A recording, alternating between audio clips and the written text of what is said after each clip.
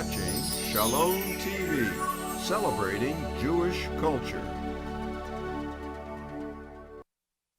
Funding for Shalom TV has been provided by the following.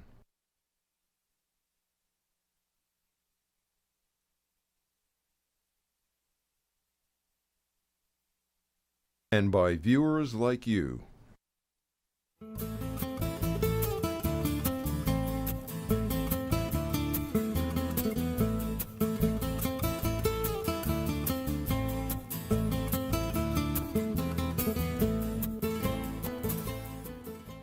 Hello, I'm Mark Golub, and today I have the pleasure of sitting with one of the leading journalists of Israel, Yishai Fleischer, the managing director of Arutz Sheva, Israel National Radio.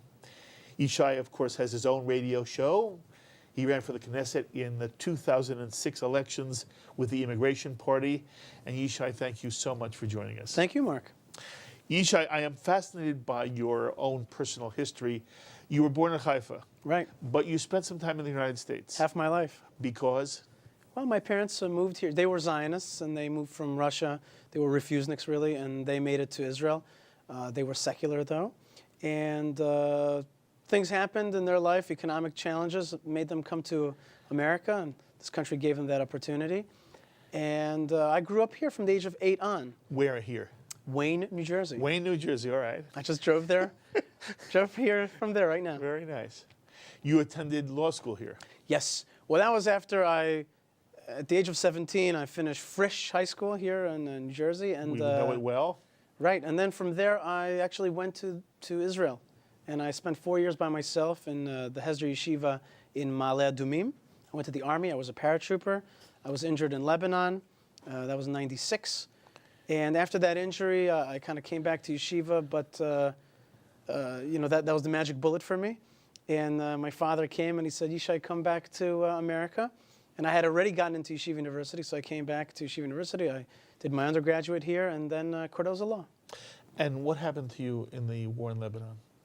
It was at the time we had a security strip in Lebanon, and we were controlling that area because there was Hezbollah attacks coming into Israel.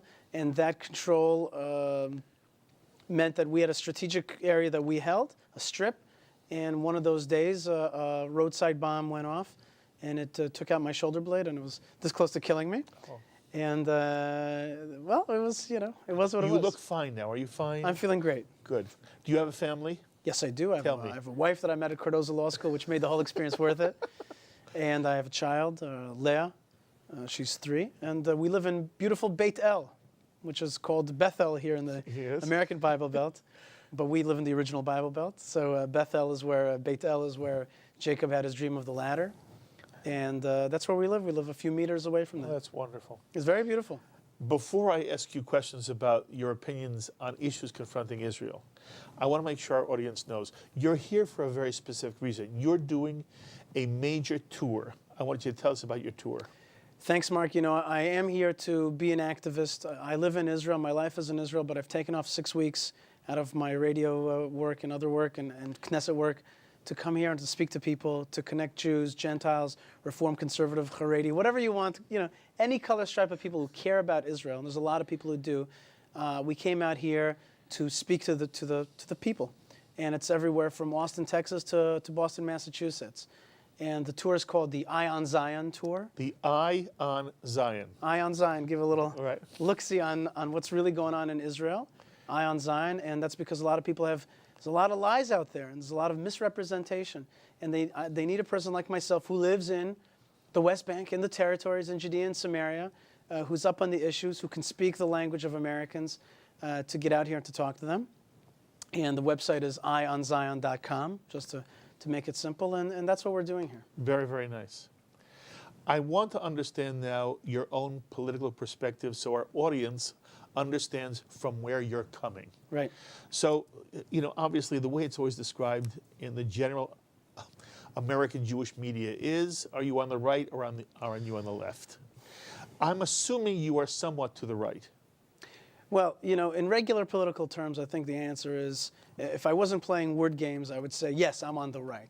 But I really don't think those are fair and useful characterizations. And that is because, in a lot of ways, I'm very much on the left. What does that mean? Give me one example. Well, because I'm into organic food, okay? Or that's not what we mean. Right, exactly. If that's what you think we mean, we have to start again. You know what I mean. Exactly. Give me an example of how you're on the left. I'm on the left because I want peace in the Middle East. Everybody wants peace in the Middle East. Okay. I haven't met one Israeli who doesn't want peace in the Middle East. What does right mean? What does it mean to be on the right? I will tell you. I will Go tell ahead. you. Go ahead, Mark. Normally, what the right is associated with is a reluctance to give up territory for any reason at all. Right.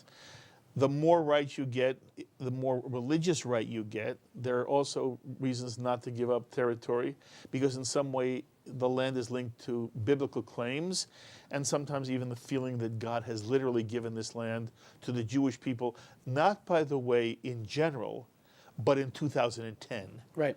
And the extent to which there is a feeling that there is no possible way to make peace with an enemy that, from many in the Jewish community's perspective, doesn't want to make peace with Israel.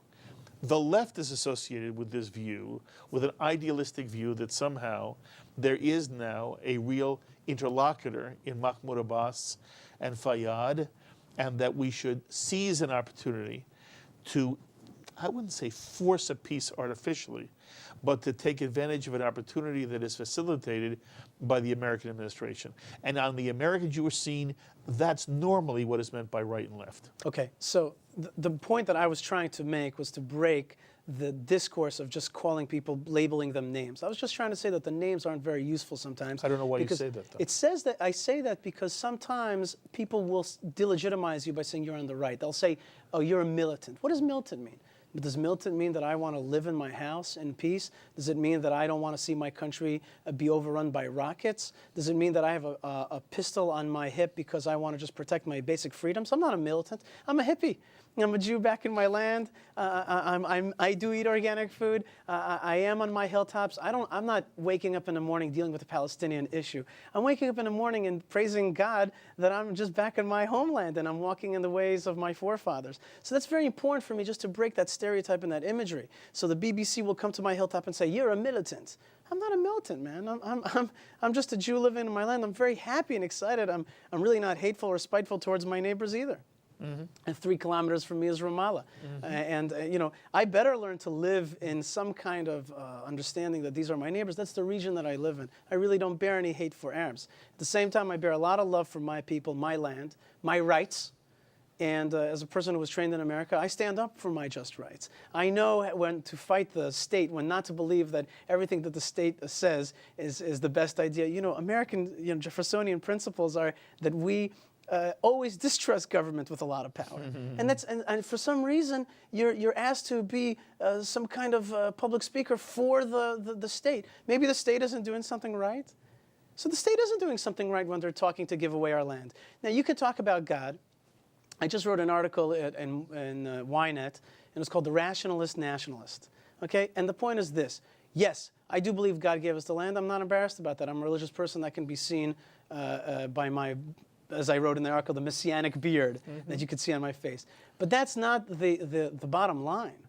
There's completely rational arguments. In the 20s, the whole world knew that west of the Jordan River, the land of Israel belongs to the Jewish people. Okay? The British started cutting up their mandate in order to play footsie with their oil friends. Okay? Today, there's 23 Arab countries in our region.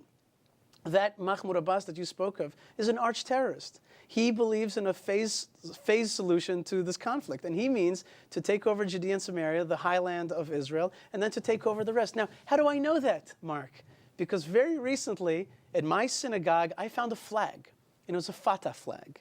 That Fatah flag was a picture of the whole state of Israel with 2 guns over it. And I had my Arabic-speaking friends translate, and said, by storm and by fire, we will take Israel. So our enemies are hell-bent on taking over Israel, and that's very understandable. If I was part of the great Islamic movement of the 21st century that's really doing so well and has been blessed with oil money and everything else, and I had that little Israel stuck in its throat in the Middle East, right in the heart of its caliphate, I'd be angry also. Okay? But that doesn't mean that I'm going to give up my land, my life, my rights, and the rest of my country to fulfill their caliphate dreams. Okay. I come back to the fact that you actually lived in Gaza. Sure. You were there during the disengagement. Yes. A strange word, by the way. Right. You were there when basically Ariel Sharon said, we are going to leave Gaza. Every Israeli is going to leave Gaza. Not only every Israeli soldier, but every Israeli settler. You will leave your settlements and come in on the other side of what's known as the Green Line, into Israel proper. Right. So I ask you, what was that experience like for you? And I'm assuming you believe Israel made a mistake, but I want to know how angry it made you and whether you believed the people, the Jews of Gaza, should have resisted with violence against an Israeli decision to remove Israelis from Gaza. Well, first, Mark, I think everybody agrees that it was a mistake. On the left and on the right in Israel, everybody knows that something happened wrong because people like myself who are not prophets, maybe sons of prophets, but not prophets, predicted that within a year's time, Gaza would fall to terror hands and become a terror state. I was wrong. It took 6 months.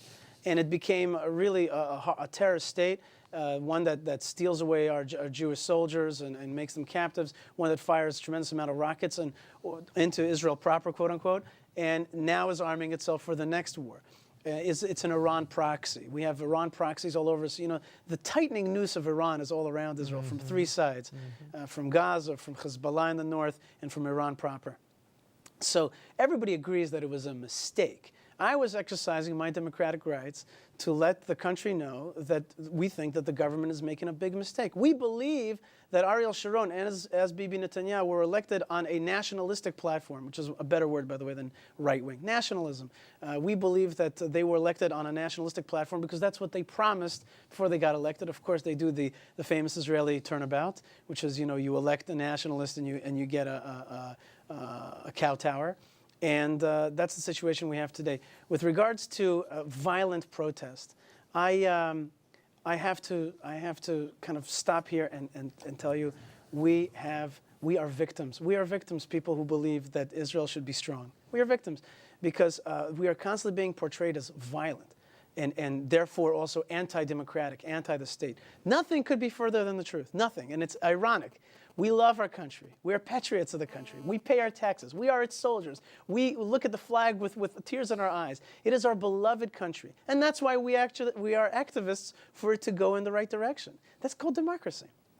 And so therefore, violence was never the issue. The issue was an effective protest to help stop the government from taking suicidal steps. We were unsuccessful. We were far from violent, although we were painted as being violent. The salt of the earth farmers of Gaza fell like a house of cards because we don't know how to fight. When we fight our enemies, we are like lions. But when it's time to fight our brothers, we don't know what to do with ourselves. We're not built for it. And that's the real sad truth. We have no idea how to fight our country. We don't want to fight our country. We want our country to be rational, to be reasonable, not to make horrible mistakes. We are a tiny country in a tough neighborhood. We must be strong in the Middle East. That's the way to make it in the Middle East. That's the rules of engagement in our region. And I love our region. I like my Arab cousins, but I understand how to act and deal with them in order to survive and make it. Yishai, if it ever turned out that the government of Israel determined it was going to enter into some form of two-state solution. Yes. And said to the Israeli settler community now living deep into the West Bank, I'm not talking about Ma'ale Adumim, I'm not talking about East Jerusalem, I'm talking about those who live, the settlements that are deep into the West Bank. And if the Israeli government said, we are vacating the West Bank and we're vacating those settlements, is it your instinct that the settler community would say, we think you're wrong, we'll protest, but if we can't change the government's mind, then we will abide by this government decision? Or, as some analysts try to suggest, there would be a civil war in Israel? I think that the bottom line is that if our country really decided to pull out of Judea and Samaria, I think that in the end of the day, Judea and Samaria would fold. They would maybe protest, have civil disobedience, but they would fold. But I think that within a few years, really within a year or two, there would be a war, and we'd be back in the same places. It's a historical reality. There's no way that we would be out of Judea and Samaria and would stay out, because Palestine is the antithesis of Israel. It's not a potential peace partner. It is the next war. Anybody who votes, even from good considerations, for Palestine and pushes for Palestine is pushing for the next war, which will come from Palestine. Everybody understands that. The flag of Palestine is the war. There's no way around it. Mahmoud Abbas is the next war. There's just no way around it. That's what these people want, and realism is actually an important part of politics, okay, which is maybe left the discourse of what to do in the Middle East, a little bit of realism. I think you're right, by the way. I think the settler community vehemently disapproves of the two-state solution, but that if for some reason they could not persuade the government to avoid it, and the government did in fact adopt the two-state solution, that the overwhelming number of Israelis, whether they live on the West Bank, Judea, Samaria, where they live in Jerusalem and Haifa and Tel Aviv, they basically would follow the laws of the state of Israel. Right. My sense, though, is that you will deal with Israelis who disagree with you, Sure. who believe that there can be a peace with Abbas and Fayyad. What's the biggest mistake they're making? Well, first thing, they have 40 years of failure being, underneath their belt. Meaning to say, we are analysts, but we are mostly activists. We have to see the reality and assess it. And they have nothing but failure on their side. The Arab-Israeli war has been raging for 100 years. Our influx, our immigration to our land has been challenged from the get-go. So there's absolutely no proof that we could have this quote-unquote peace. This Egyptian peace and this Jordanian peace that we have that people lean back on are, first thing, Are they stupid? Who? The Israelis who disagree with you? They are hungry. They feel themselves back into a corner. Listen, when you live in Israel, it's very different than living in America. When you live in Israel as a Jew, you know that there is the tremendous pressure of 1 billion Arabs and Muslims around you. You know that you live in a small country and you want to make it. You want to make it happen. You are always conscious of it. Any Arab living in Israel knows that he's part of a greater Arab world right around him. And every Jew knows that he's backed into a corner. And that psyche, that consciousness, that collective unconscious of the Jewish people in Israel is one that has fear in it. People like myself believe that a little bit of fearlessness is the rational way to behave in the Middle East. You got to be gutsy. You got to have bravado. You got to have a little bit of that Zionism, that Israelism that used to be, famous in the Middle East. We have lost that. We have come into a post-Zionist malaise where people have lost that, sense of machismo. And I don't mean that in a male way. I mean that in a strength way. But they're not suicidal, Who? Yishai. Israelis. God forbid. Okay, so Israelis who disagree. I'm not suicidal either. I want life. I know you, but you believe that it's important to stand up against the Palestinians. They're not suicidal, but they're making a political mistake, and they're having their brainwashed by an international world which really doesn't have Israel's interest at heart. It has their fiscal interest. America wants to sell arms in the Middle East. They want to always play off Middle East powers. If it's Iran, Iraq, if it's India, Pakistan, if it's Israel, Palestine, they want to keep everybody a little bit weak so they can assert their hegemony, and that's something that we need to be a strong country. I want to hear this. Israelis have been brainwashed. Oh sure.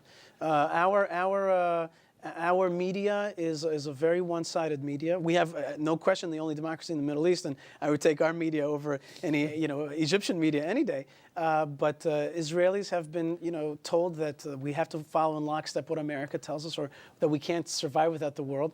I believe actually that under the vision that I have, we will survive great with the world. I think the world will respect us. I think what's missing in this whole discussion, and we haven't touched on it once, is what is the truth? Whose rights are these? Whose rights are being trampled? Whose land is this? And I think that that's such an important part of Middle East discourse. If you don't understand that you have the right to this land, and that people respect you when you say, hey, Ad Kan, as we say in Hebrew, till here, this is my land. And the only way we're going to have peace is through truth, meaning to say peace is a byproduct of justice. Peace is not a byproduct of compromise. Compromise is when you can compromise on things, when you should be a little bit nicer and you shouldn't say it like this, and that's compromise. You don't compromise on your wife. Okay, you don't compromise on certain basic things. The problem is there are Palestinians who will say, I lived in that house. My grandfather lived Sure. in that house. My great-grandfather. And that's my olive grove. Right. Okay. And you can live in our country Just a minute. as a just welcome just a minute. guest. That makes it difficult to say to somebody, this isn't your land too. It's a difficult issue. And it's time to understand that. But I don't Wait a hear- minute, I Mark. don't hear that from you. Very important. No. Very important to understand something. We are dealing with life and death in Israel. Okay? To joke around and to say, well, it's not very comfortable to say it like this. There is going to be an uncomfortable compromise on some level. It's either I'm going to give up my land and then there's going to be a war, or I'm going to assert sovereignty and trample a little bit on other people's asserted rights.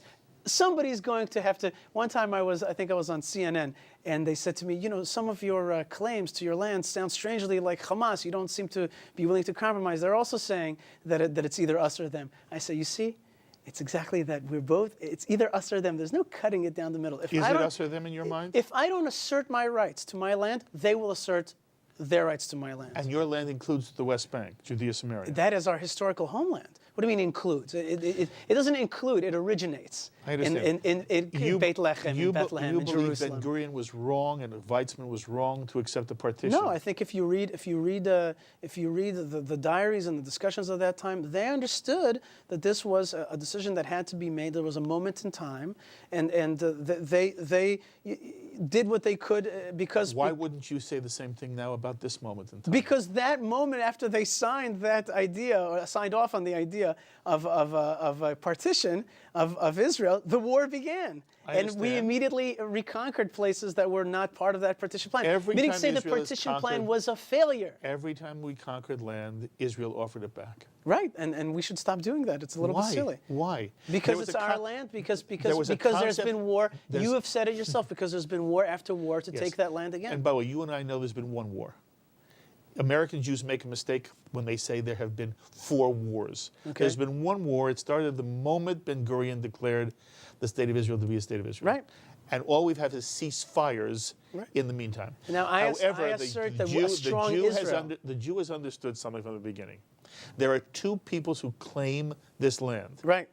And if they could live in peace, and I say if large written, because I'm worried that the if doesn't apply. But if they could live in peace, the difference between the 2 of us is that I understand it's the right thing to do, what Ben-Gurion and Weizmann and basically every Jewish organization has said, we will share this land. Mark. And I don't know why you wouldn't say, if there was peace. Because I don't want to waste your time, Mark. At this point because in I've got time, children at in this my point house. in time, Because I don't want to. We will share the. No, as if in theory. Would you say in theory? I love this table and I love being here with you. But right now, in my country, in Israel, in our country, in Israel, there's a situation where lives are being challenged. Again, the flag of Fatah claims all of Israel for itself. Wait a minute. No, if you understand that, then let's stop talking about the ifs. No, because I'm using because the if is what's driving at the moment. Not only America, not only Europe, but it's also driving many Israelis, Mark, which you just want to read right out of the world. No, I don't want to rewrite them. I want to wake them up, and that's my job here. My job here is to say, guys, let's assess reality. Hold on, give me a second here. 50,000 rockets in the hands of Hezbollah with Scuds aimed at Israel right now. Iran supporting them. It's coming in through Syria. Syria is trying to develop a nuclear reactor. Iran has all the surplus energy in the world that they can need, yet they're trying to create a nuclear reactor. Hamas trying to constantly smuggle through Egyptian tunnels rockets into Israel. Fatah with the flag to try to destroy Israel. Have you watched any of their broadcasts lately? So why am I going to waste my time talking to Mark about the potential if when I'm talking to you about a war that's happening now? I'm talking to you about a danger that's happening to our lives, about people who want to take away our land and endanger our life for real, and then take over Judea and Samaria through diplomatic processes or war processes, and then take over the rest of Israel. That's their claim. So let's stop wasting time. I'm talking to you about serious stuff here. This is you don't want to. We can't make peace with a Hitler who's talking to Chamberlain and telling him, give me the Sudeten Mountains, the Sudeten part of Czechoslovakia. This is serious business. Okay, I'm going to say it only one more time. I don't disagree with one thing you said. No, I don't. Yes, the answer to your question is no. If the if is that they would deliver peace, I don't believe it, because I'll tell you why. Because nobody could ever give you peace by being a thief. There's no peace with a thief. If somebody claims your land and it's not their rightful land, then they're going to be violent in the end. In the end, history has a sweep of its own. Right. Any more than the American Indian can now come to Washington, D.C. and claim they want America back because it's their land. Time moves on. Yes, sir. Okay. And what happened was, for reasons that you and I know very well, history took the Eretz Yisrael away from the Jews for a period of time. Yes. That's why Jews kept saying every Pesach next year in Jerusalem. Yes. Okay. And ultimately the Jews returned. They returned to what I believe is our homeland. Mm-hmm. But by that time it was much more complicated. Yes. Who lived there, what rights, and ultimately, in terms of realpolitik, a compromise was made where two peoples, both of whom believe they have a national claim to that land.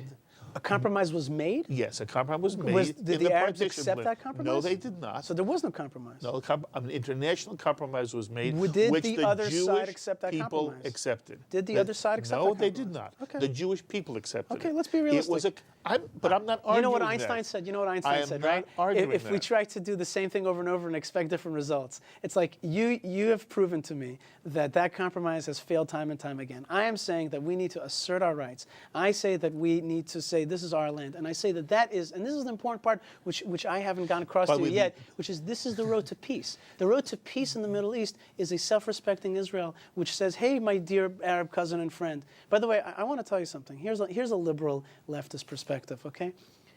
The problem with the Middle East is that we're talking about Israel giving up land to fulfill Arab rights. I say, as a Jew in the Middle East, as a lover of my Arab cousins, I should be fighting for self-determination for Arabs in their countries. They're living under repressive regimes, dictatorship regimes, ones that really repress every single human right possible. I think as a Jew and as an Israeli, I should be fighting for my Arab cousin in Egypt. It's not the That's issue. Because Arab not the leaders issue. want to focus the issue on Israel so that they can get away from their corrupt regimes. That's the issue. That's the issue. And I think you you're and I are a not- bit and smarter you- than that. No, Let's be no, a little you- bit more you- realpolitik You than that. understand that at the moment this is the issue, and the question is, I trying to reframe. say two things at the same time. I don't believe Israel should ever do anything that jeopardizes its security, Right. and I don't. But just mean that. I You mean mean it. that, right? I mean Good. it. And I also don't believe that at the moment, no one has been able to convince me. Nobody who comes in on the left and sits with me can give me tangible evidence of a change in the Palestinian mentality. And I say to anybody who comes in here, I can show you compromises Israel has made time and time again. Show me similar compromises on the other side. And nobody yet can do that. Because they won't be able to. Okay. And as long as they can't, I'm not in favor of Israel committing suicide. Right. But that is a strategic decision on my part. It is not a philosophical decision. For you, it's more than strategy. Because what you're unable to say to me is, I don't believe the Palestinians ever would make real peace with me. Absolutely. But if they would, yes, I would share the land. I don't believe because I don't believe that injustice will ever yield justice. I don't believe. I don't believe it's unjust, you see. Right. So that's the. I don't believe it's unjust to I'm share looking- the land. I'm looking. I don't believe it's historically. un-Jewish. I don't believe it's ahistorical Good. to share the land. Great. Well, we have a good disagreement. And that's but I want the where audience we to do understand. agree- I want the audience to understand. That's the basis of our disagreement. Fine. The disagreement But Mark, we don't- sharing the land Mark, unjust. But Mark, that's not so important right now. That's a nice theoretical conversation if we were having tea, but we're talking about Jews' lives in the Middle East. We're talking about the reality of 50,000 rockets. And though we have a philosophical disagreement, we're not going to be disagreeing that within a few months of this supposed peace plan, I'll be called up to the paratroopers again to fight the next war. I've already taken just in the last few years, I've taken part in wars, dangerous wars. And that's the reality. Okay. So let's. But I'll tell you why I think it's important. I'll tell you why I think it's If we were at Columbia important. University in philosophy class, that'd be fine. No, But I we are think it's important on the ground. And on the ground, I'll tell you why I think you're wrong. Why is that? Because at the moment, I believe my position has a better chance of convincing other people of Israel's right to exist than yours does. I don't need to convince people of Israel's right to exist. I need to convince Jewish people to support Israel, and I think Israel has to be I strong. believe my argument is better suited Good. to convince people why they should support Israel, even Jews. Argument is the Jewish mating call, Mark. And you and I could sit here across from one another and Right. act like we're disagreeing. So what separates between us is there is a philosophical difference there, but I don't think the basic things we disagree on. I think we understand that Israel has the right to exist. We understand that this is our historical homeland. We understand that we have international rights to our land. Absolutely. And those are the important things. I'm also telling you that there is a strategic threat right now, which you know. Absolutely. And that's the bottom line. Now, if we ever come to that situation where there is that Palestinian partner that you're talking about, invite me back on your show. I'll be happy to talk about it, and maybe I'll be wrong. I don't think so, and I think that history has proven me right. But I'm certainly willing to talk about it, and that's part of my rationalist approach in general. Okay. In terms of your own community, what's your view of Obama and his attitudes towards Israel? I think that his policies aren't very different than the Bush policies, really. They're pro-Palestine, which I think means that it leads to the destruction of Israel. So I think that he's not very different than the administration has been pushing since Bush Jimmy was Carter. pro-Palestine too. Absolutely. I remember the day Why did Bush have such a high rating, approval rating among Israelis? Because Jews love the hug. Because they just love the appearance of love. They just lap it up. They're a little bit like a battered wife syndrome. They have this thing. They just say nice things to me, and whatever you do, And when Obama started saying not nice things, everybody was like, whoa, whoa, whoa. But in actual policy, there wasn't such a difference. Now, Obama's advisors have told him, listen, November elections, we need the Jews. Let's hug and kiss. Put them in the nice hotel and put them up nice, treat them nice, give them nice lunch. Come on, make it look nice. Sweeten the deal for us, all right? And that's what's happened. Everybody's like, everything's all right. The Israel-America relationship is back on track. And I think that is a bit, I believe that Jews are sometimes politically immature. Sometimes we have this need. We come from a needy place. And that's one of the cultural things I'd like to change about Jews in America and about Israeli Jews. I want us to feel a little more self-confident. We've been 60 years at the game of Israel, and it's time for us to feel a little more at home, a little more on our feet. It's time to stop taking foreign aid because we are a self-sustained country, and that's in the natural progression. We should say to America, thank you for all your years of help. Really, I mean it. Thank you for all your years of help, but it's time for us to be independent, not because we want to push you aside, but because we want to be our own man or woman. We want to be a strong, independent, a proud country, and that's what the time has come. I've heard Israelis say to me that they believe that it's very important for Israel to have American aid and America as an ally. Do you think they're wrong? No, I think America is a wonderful ally, and it's a wonderful country that can do a lot of good. But I think that there's two Americas. There's the America that's the America that I know here in mainland America. That's the America of values. That's the America of freedom of speech, freedom of religion, the Constitution, these amazing, amazing thoughts. And then there's a different America. That's the America of interests, of state departments, the one that the Constitution says is not governed by Congress. It's really governed by the president, by the office of the president. And I think that is a much more interested America. And I think that America, I see that a very different America than you do, because I see these cars, these big Suburbans driving into Ramallah every day, and every day they give me the look, damn settler. And it's a horrible look. And I'd be like, come to Beit El, come visit me in my hilltop, come see what the Jewish story is all about. So there's a different America. That America is the America of selling arms, that's interested in making the billions of dollars of arming the whole Middle East. It's America that wants to continue its strategic interests, and that is obviously going to lean more with the Arabs because there's more of them with more money.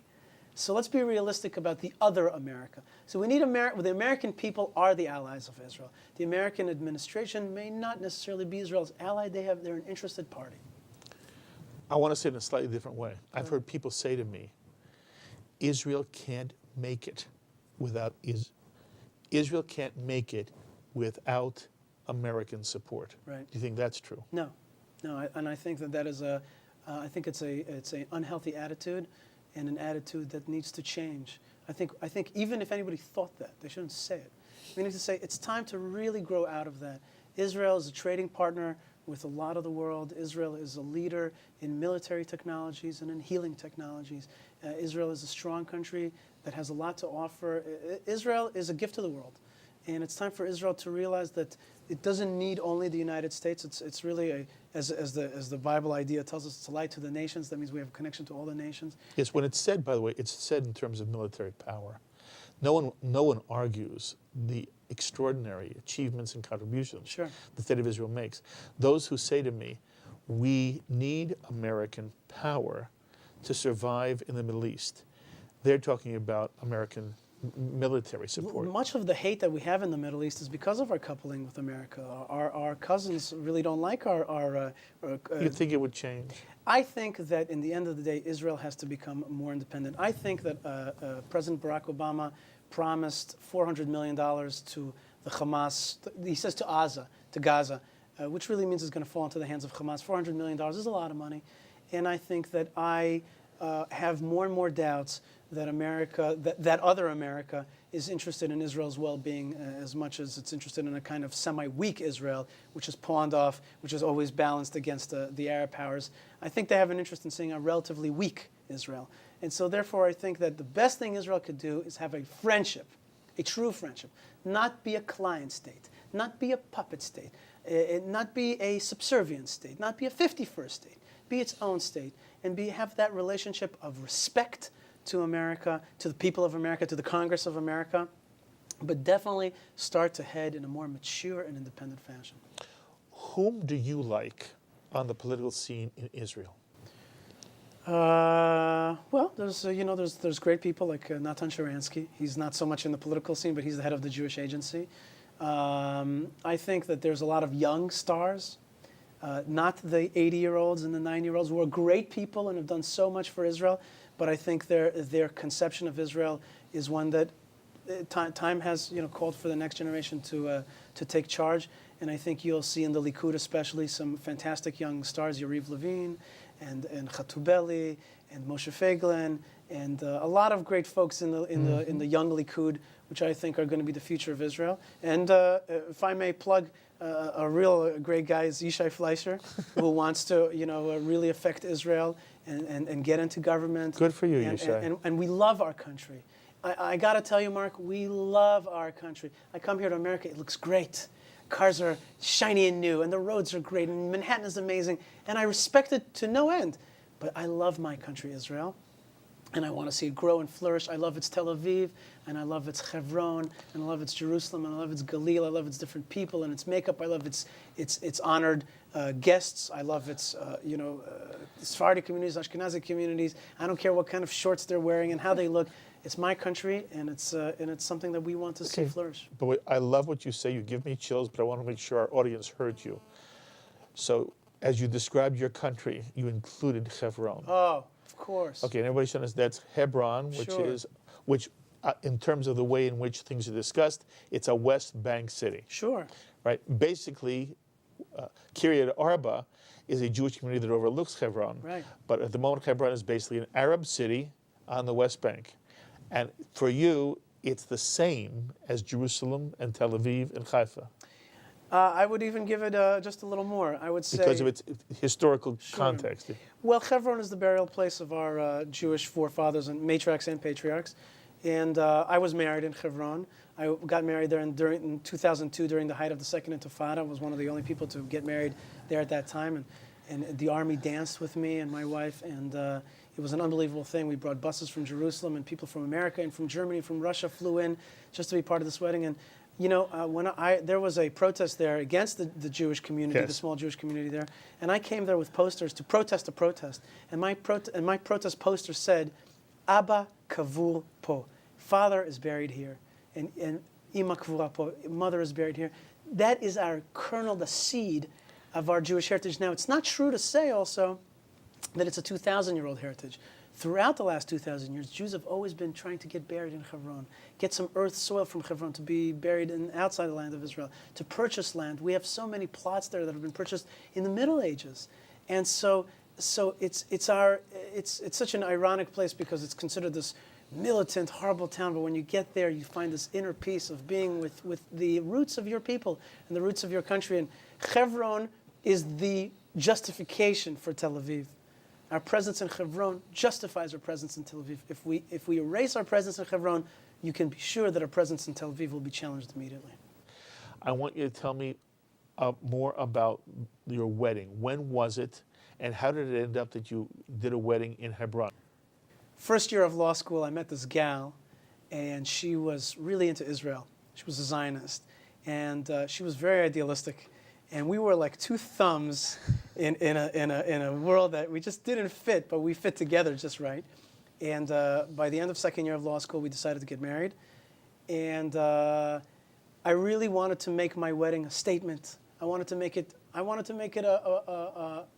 something that would be remembered by a lot of people. That I could use it as a platform to turn people on to something bigger. And I wanted to get married with my mom and dad, and next to me. Of course, that's my mother and father, but I also have another mom and dad. I have a whole set of grandparents that are buried in Hebron. And I called up Hebron, and I said to them, I called up the pizza store there, and I said, hey, I want to book the cave of the patriarchs, the tomb of the patriarchs, which is one of the world's most incredible heritage sites, a 2,000-year-old building that's being used today for the exact same purpose it was designed for 2,000 years ago by the Jewish king Herod. And so I called them up and I said, I want Tu B'Av. Tu B'Av is the Jewish Valentine's Day, the 15th of Av, which is coming up soon. And they said to me, okay. I said, okay, what? They said, okay, you got it. I said, what? Who do I have to pay? They're like, no.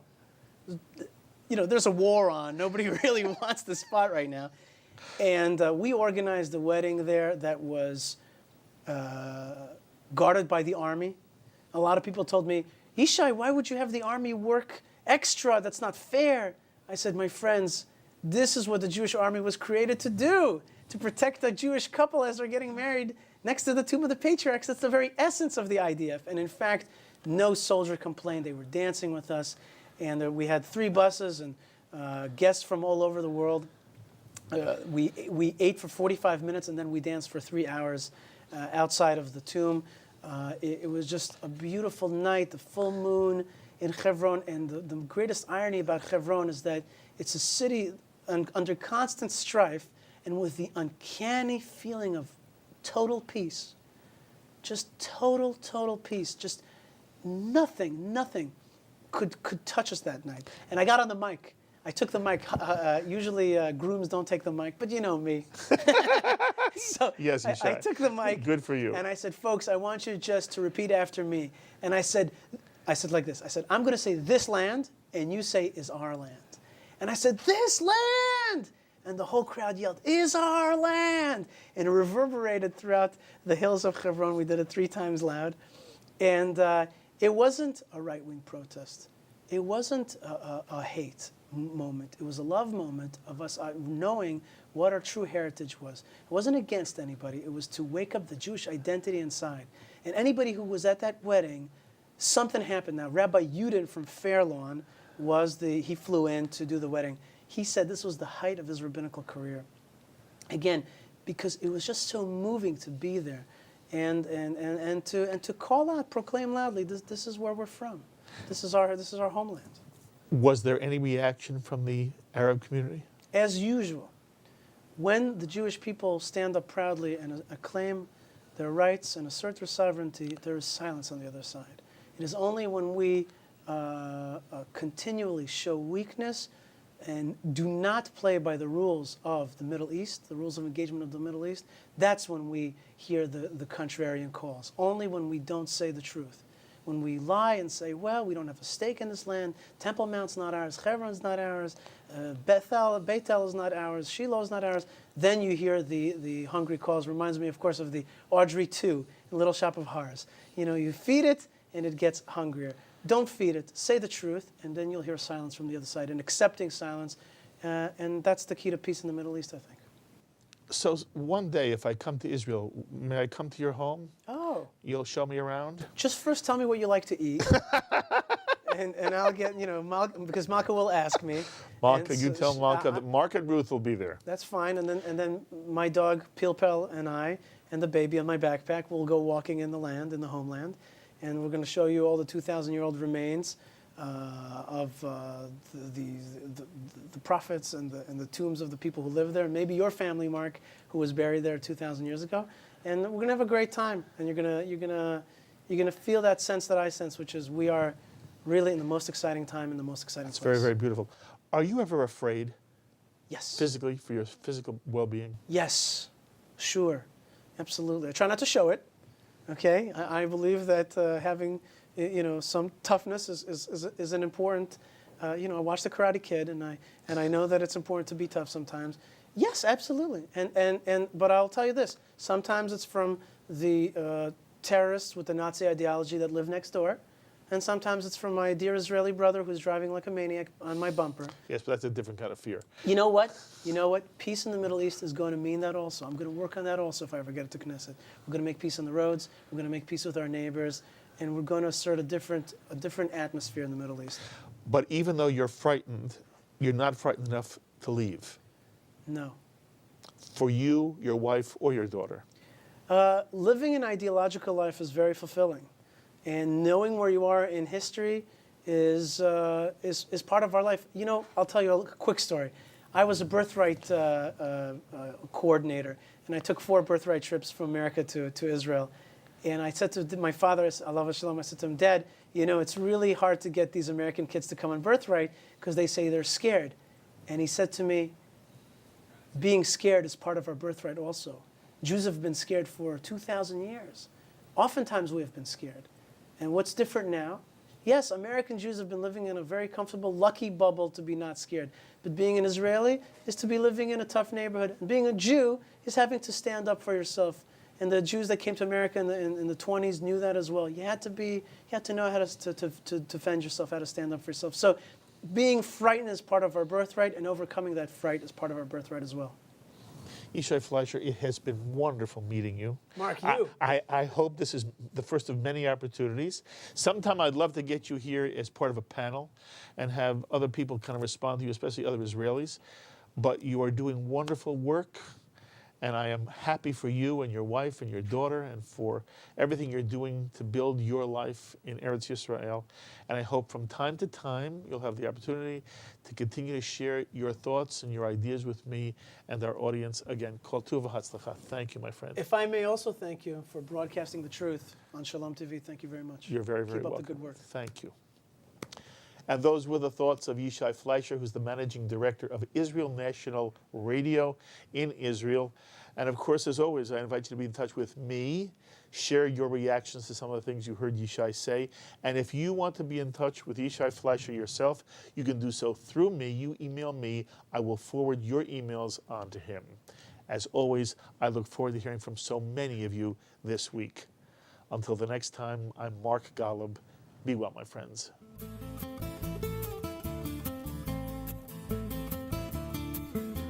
We would be pleased to send a complimentary DVD of this program to anyone who can send a tax-deductible contribution of $36 or more to the nonprofit organization Jewish Education in Media to help support our programming. Tax-deductible checks may be made out to GEM and mailed to GEM, Post Office Box 180, Riverdale Station, Bronx, New York, 10471. Please indicate the program for which you would like a DVD, and we thank you for your kind support.